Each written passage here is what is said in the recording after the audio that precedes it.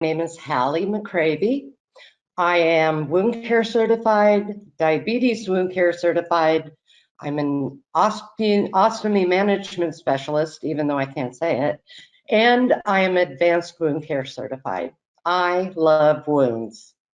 Weird, right? Oh, well.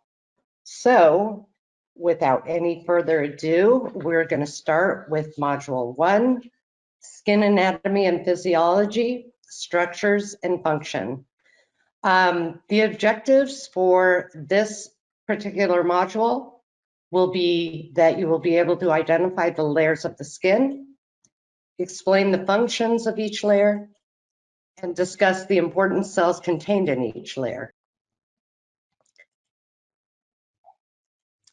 So, a few interesting facts.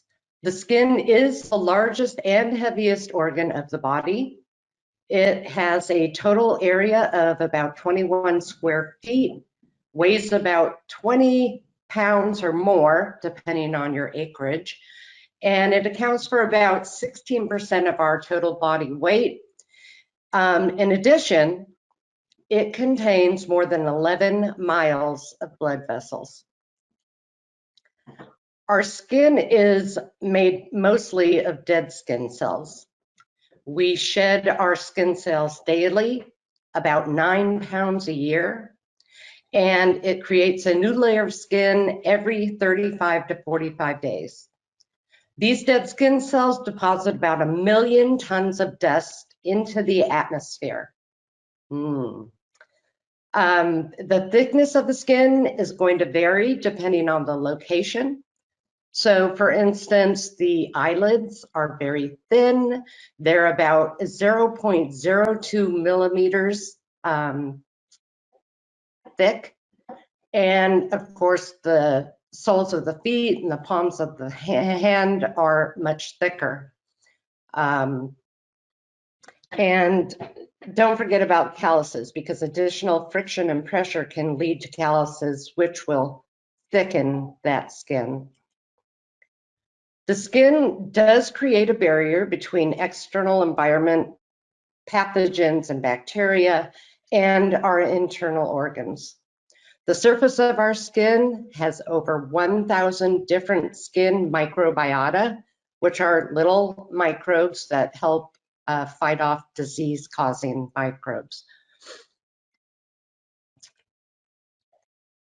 The color and the appearance of the skin can provide a lot of clues to what's going on with the health of any particular individual. If the skin appears translucent, that can signify that the patient may have little keratin. People who have albinism lack the production of melanin. If the skin has a bluish tint, also known as cyanotic, that can signify a lack of oxygen. Yellow tinged skin can signify something like liver disease, meaning they're jaundiced. If the skin has a red hue to it, that can mean several different things. It can signify injury, engorged capillaries. They may be trying to fight off an infection. That's called erythema. If the skin is very pale, they can maybe have anemia or some other problem going on with the blood. Bruising signifies escaped blood out of the capillaries. If the skin is leathery, that is a clumping of elastin. Skin darkening, that can sometimes signify pituitary tumors. If the patient has a bronze tinge to their skin, that's one of the signs of Addison disease. So, you know, just looking at a wound is not good enough. We have to look at the whole body, look at the color of the skin, the texture of the skin, the thickness of the skin, a lot of things can clue us into what's going on with that person medically. So understanding the anatomy and physiology of the skin is absolutely imperative to healing. When our skin is intact, it's going to protect us against injury and infection.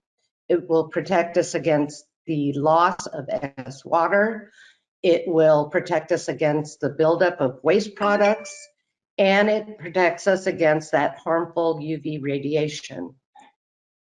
So it just goes to show that when the skin is compromised, we are susceptible to bacterial invasion, which will also lead to wound deterioration.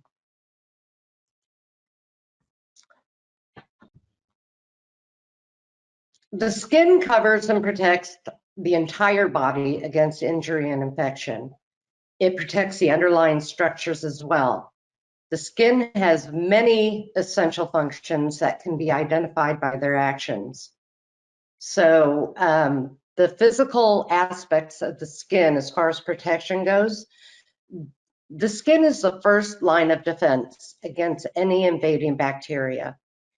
It is a waterproof outer layer. It protects us against abrasions and bacteria. Chemically, it protects us by providing us with something called an acid mantle. We have sebaceous glands that secrete the substance called sebum, which is an oily, lipid-rich secretion. It helps to lubricate the hair and the skin, and it does act as a natural antibiotic. Our sweat glands, of course, produce sweat. When these two combine, they form what is called the acid mantle. And again, that is a barrier between the outside and the inside. So the acid mantle is a protective coating. It helps slow bacteria growth. It prevents excess evaporation of water from the skin. And just know that on the pH scale, our skin is acidic, and any change in that pH can disrupt that acid mantle. Biologically, there are cells in our skin that help with protection of bacteria. Langerhans and macrophages help activate the body's immune system. And so that's one way we can help protect our bodies from bacterial invasion. The skin is able to excrete, absorb, and metabolize. So with excretion, it's going to regulate fluids, wastes, and minerals. It will eliminate these wastes and water via the sweat glands. The skin's involved in the absorption of water-soluble molecules and excretion of water and sweat. So what the skin does as far as metabolism goes, it synthesizes vitamin D. Vitamin D is produced by the skin when it's exposed to that UV light. This is important because vitamin D regulates calcium absorption from the intestines and regulates the levels of calcium and phosphorus. The skin is able to show color with cells called melanocytes. Melanin is the product of melanocytes, which gives skin its colors. Carotene, it's a yellow to orange pigment, and underlying blood give the skin its color. Melanocytes are located in the epidermis. Again, they produce the melanin, and they help protect the skin by absorbing harmful UV radiation, preventing injury to those underlying tissues. Okay. Again, the melanocytes are going to help protect us from the UV radiation. The number of melanocytes are about the same in all races. It's not that darker skinned people have more melanocytes. Their melanocytes are just a little more active than paler people. Our skin helps us to feel things in the environment. So there are nerve receptors in the skin that monitor the environment by sensing cold, heat, pressure, pain. Without those receptors, we'd be in a lot of trouble, right? We'd put our hand on a hot stove and not be able to feel it. So these receptors in the skin are going to help us safe and prevent the skin from injury.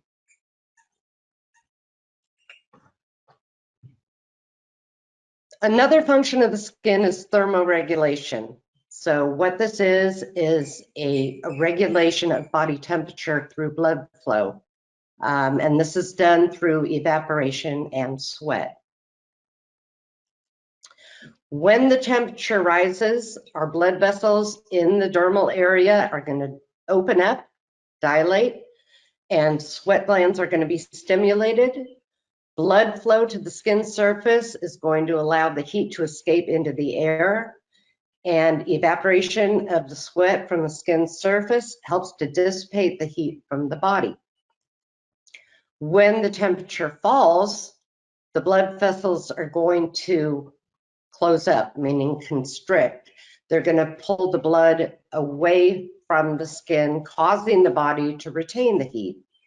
So thermal regulation in the skin is very important to keep us from getting hypo or hyperthermic.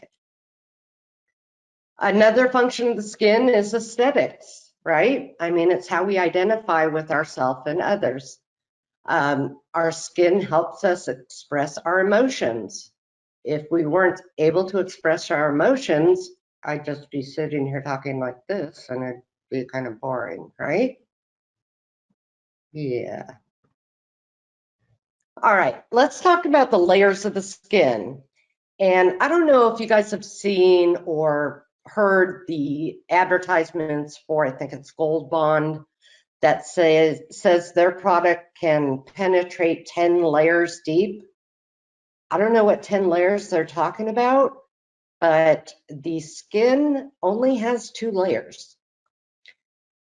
The outermost layer, the epidermis, is very thin.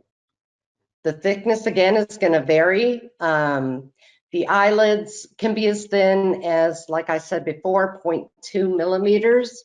The palms of the hands and soles of the feet can be actually as much as 9 millimeters, depending on whether or not they're calloused and have other things going on with them. The epidermis is tough.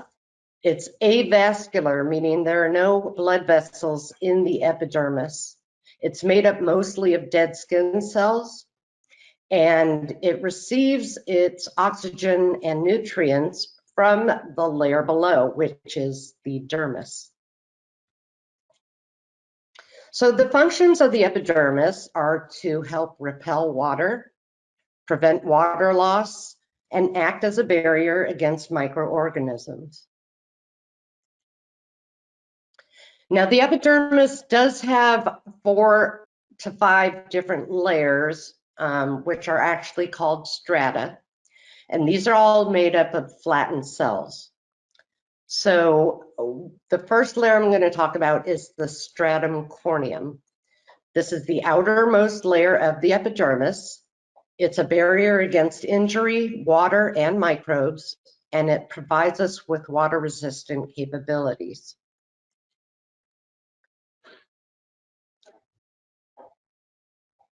Next comes the stratum corneum and the stratum lucidum. This is only present in thick skin. The stratum granulosum the secretions in this layer provide the water sealant of our skin.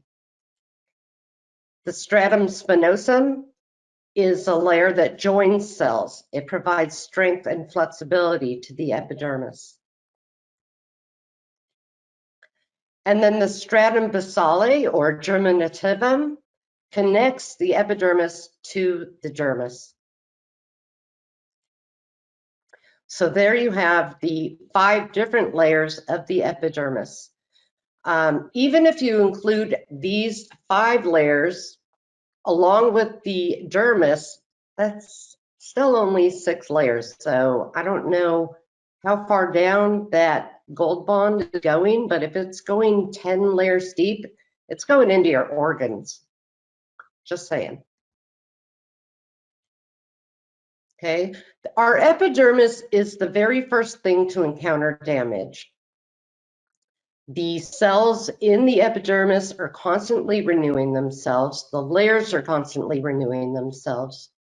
What happens is new cells form in the stratum basale, which is that bottom layer. And this is where keratinization takes place. The keratinocytes are pushed up to the surface. They begin to die off. Once they reach the surface, they're going to slough off, which is called desquamation.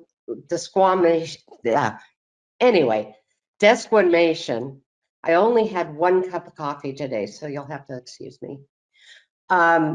We replace new cells every 4 to 6 weeks in the epidermis. So the keratinocytes are tough fibrous proteins. Melanocytes, again, give our skin its color. Langerhans cells, I don't know if you've heard of those before. Usually people relate them to the pancreas, but it was named after a guy named Langerhans, and I guess he was very proud of his name and named all the cells after himself. There are Merkel cells in the epidermis, and these allow us to feel fine touch, like tickling. Somebody runs a feather over your skin. The Merkel cells help you sense that feeling. The epidermis and the dermis are connected to each other by something called the basement membrane. It's also referred to as the epidermal junction.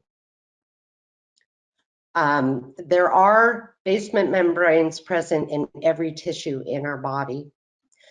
This basement membrane between the epidermis and dermis supports cell adhesion, migration, and proliferation.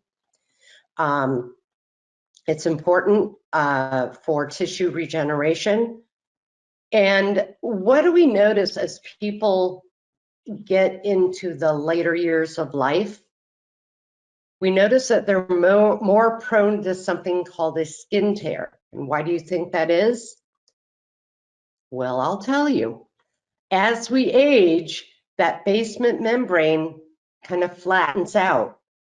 In our younger years, it's kind of wavy. I don't know if you can see my hand, but that waviness creates kind of an adhesion factor between the epidermis and the dermis. Once it flattens out, it loses that adhesion factor and puts us at high risk for skin tears. The characteristics of the dermis, which is the second layer of the skin, is that it's much thicker than the epidermis. It's made up of 2 different layers. The papillary, which is made up of loose connective tissue, and phagocytes, which are cells that help destroy bacteria. It's also made up of something called the reticular layer. This is where collagen binds and helps maintain our skin hydration.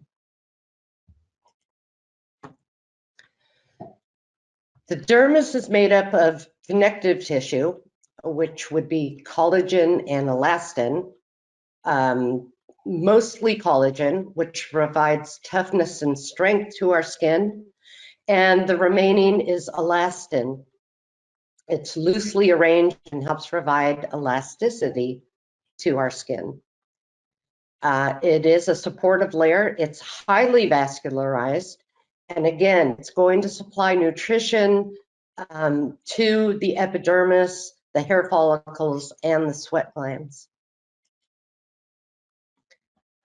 The dermis is going to cushion our body from stress and strain, support and nourish that epidermis, provide elasticity, and help sense the environment.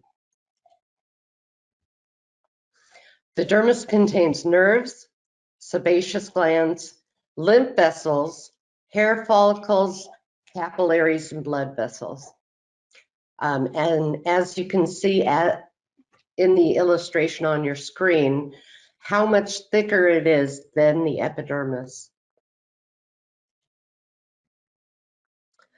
The nerves in our dermal layer help us sense pressure, vibration, touch, pain, and temperature. Sebaceous glands are in the dermis, which secrete that lipid-rich, oily substance called sebum.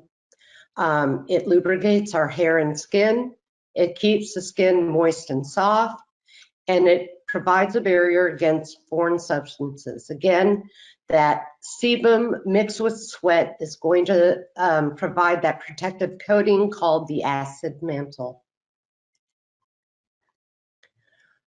Sweat glands are present all over the body, and they assist in regulating our body temperature, aiding in that thermoregulation. The sweat glands are going to produce sweat in response to either heat or stress, or both.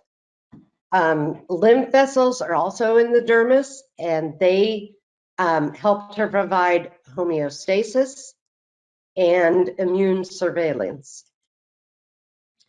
Hair follicles are also found in the dermis, and what do you think hair follicles produce? If you answered hair, you're correct. And hair is actually a sensitive touch receptor. There are also capillaries and blood vessels in the dermis, providing nutrients to the skin, helping to remove metabolic waste products, and helping to regulate body temperature. The most significant component of the dermis is the ECM, which is the extracellular matrix. It lives outside of the cell. It's a gel-like matrix secreted by the surrounding cells. Again, it's the largest component of the tissue's volume. The ECM is made up of water, collagen, elastin, polysaccharides, and proteins. So you can see that in the illustration. Give me a second to look at that.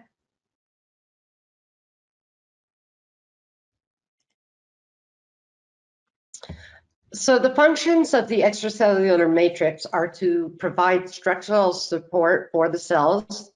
It acts as a scaffolding, which helps bind the cells together. It helps with communication between the cells. And it also segregates tissues from one another, regulates cell behavior, helps with the lubrication, and it's really important in cell migration.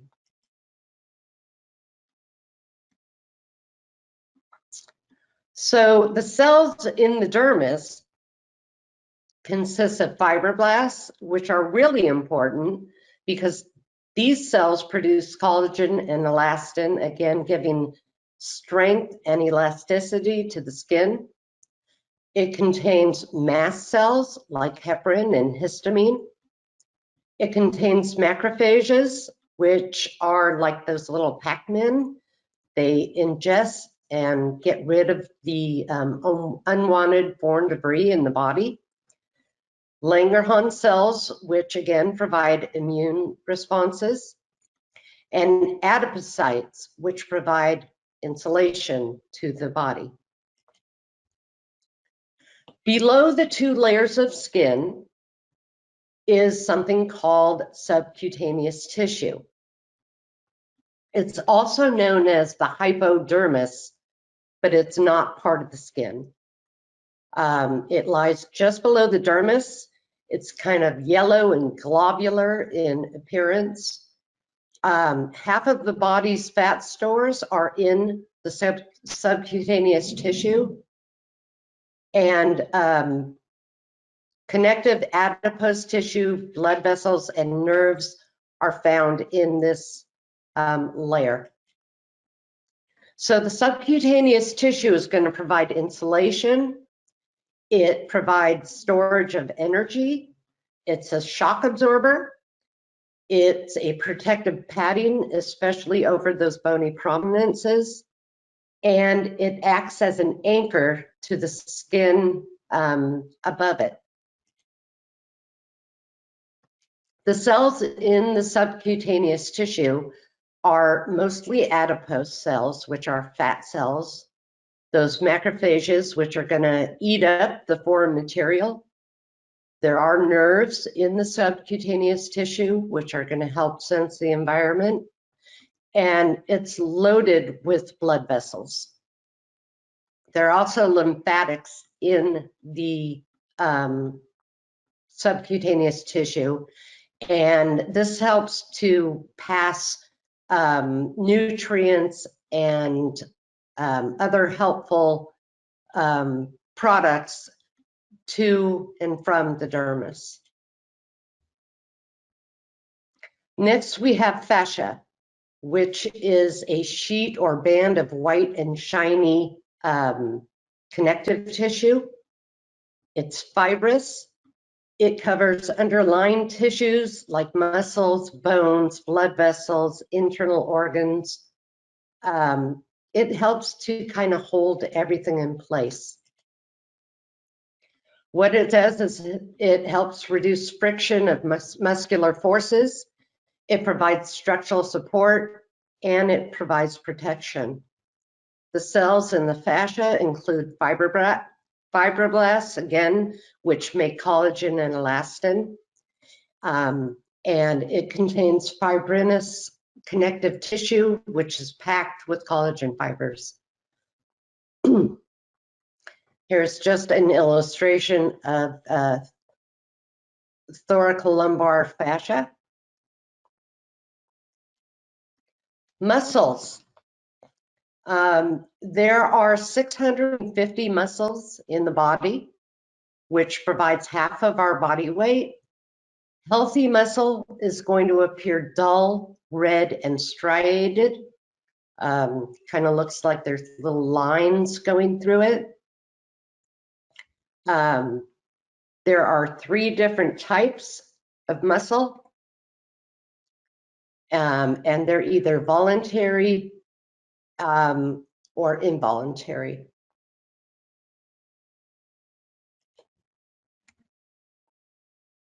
The functions of muscles, of course, help us move, right?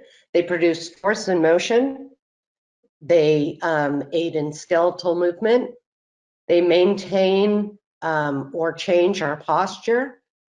They aid in the movement of internal organs, and they also aid in digestion. Muscles are contractile. So yes, they allow for contraction. This is an illustration of a skeletal muscle fiber.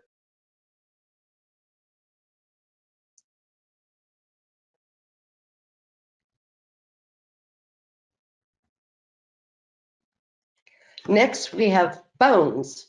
Unless you've had any removed, there are 206 bones in the body.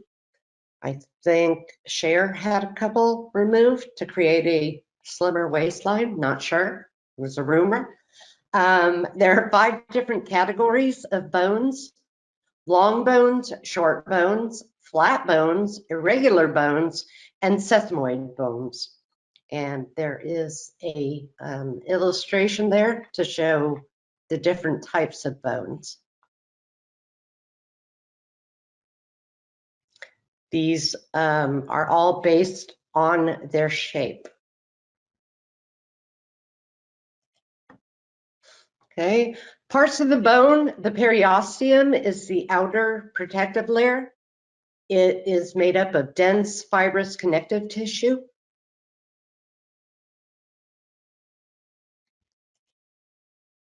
The functions of our bones are to protect our internal organs.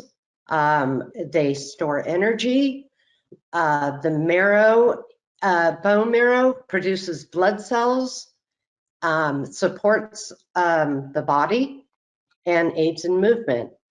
I don't know if any of you are familiar with Dave Barry and his cartoons, but if we didn't have any bones, we would just be a big glob on the floor, wouldn't be able to really move around very much, like Dave Barry's Boneless Chicken Ranch. I don't know if you've ever seen that, it's hysterical. There's a picture for you. Hopefully you're laughing. I know I was when I saw it. Anyway, the cells in our bones are the osteoblasts, which build bones, osteoclasts, which destroy bones, osteocytes, which hold bones together, and lining cells, which are made up of old osteoblasts. Some other underlying structures include tendons, which are strong, fibrous tissue. They are shiny white or yellow in color when they're healthy, and they join the muscle to bone. Really important that if there are any tendons exposed in a wound, that they stay hydrated. Once they die out, they don't come back. Ligaments are also sheets of strong fibrous connective tissue, and they attach bone to bone. Again, if ligaments are dried out, they become dead and you can't revive them. So really important to keep them moist if they're exposed in the wound bed. Cartilage is thin, white, and shiny. It's made up of tough, elastic fibrous tissue, and cartilage covers the ends of our bones.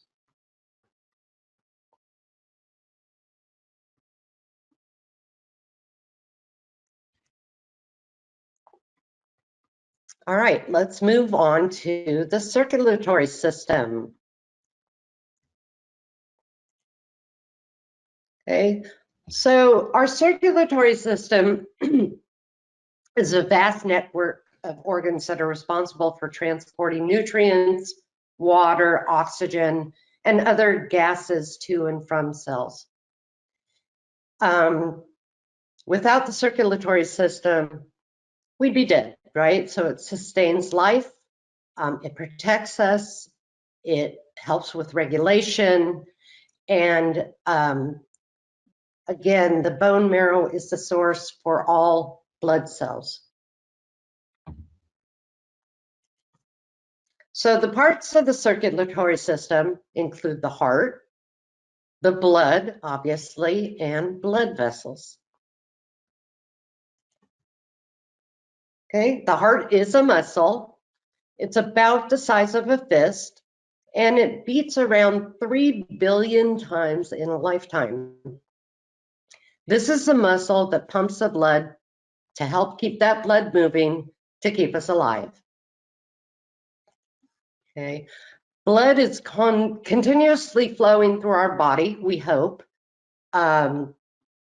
It's made up of liquids, solids, oxygen, and carbon dioxide.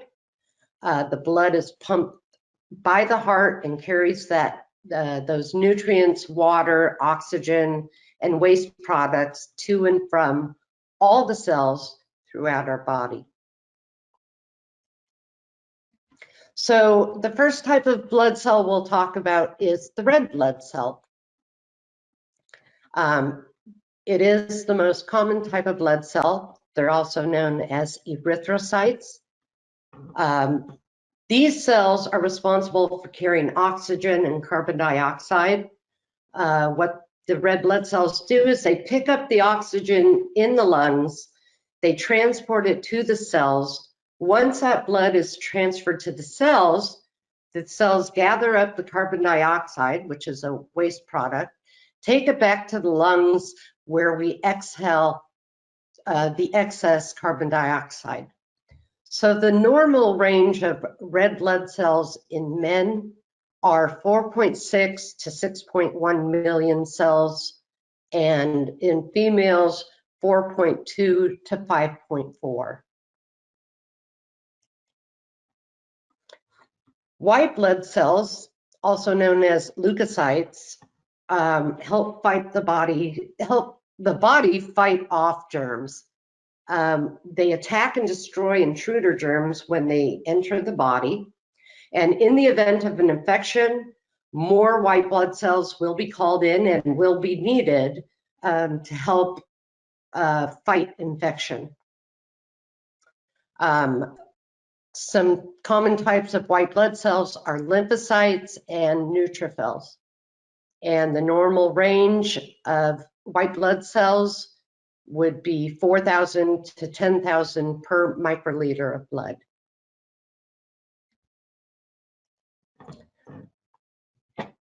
Okay, the next cell we'll talk about is the platelet.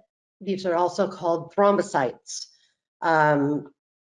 These are sticky blood cells that help stop bleeding. Thank goodness. Without platelets, we bleed to death. What they do is they kind of clump together to form a clot so that we don't bleed out. So when there's an injury, the blood leaks out of the blood vessel and the platelets are activated by the body to get to the site of the injury. The platelets are going to adhere to the opening and they're going to attach to each other. They're going to kind of change shape. They attract fibrin, which will help form a platelet plug, which will then stop the bleed. The normal range of platelets would be 150,000 to 400,000 per cubic milliliter. Plasma. Plasma is made in the liver and makes up for half of our blood. It's actually the liquid portion of our blood that carries blood cells and other components throughout the body.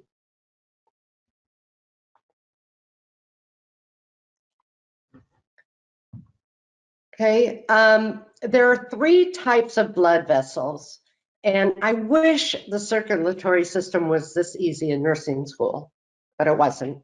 Anyway, what you need to know is that arteries are those vessels that carry blood away from the heart. Arteries away, AA.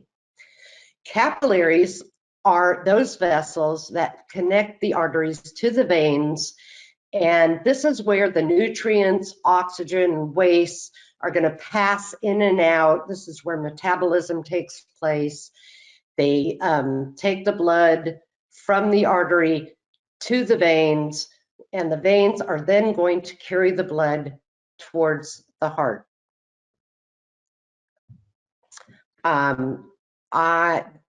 This was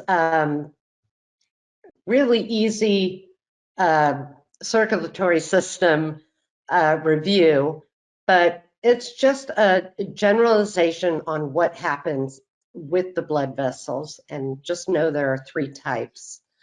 If any patient has any kind of compromise with their blood vessels, they're going to have a hard time with wound healing.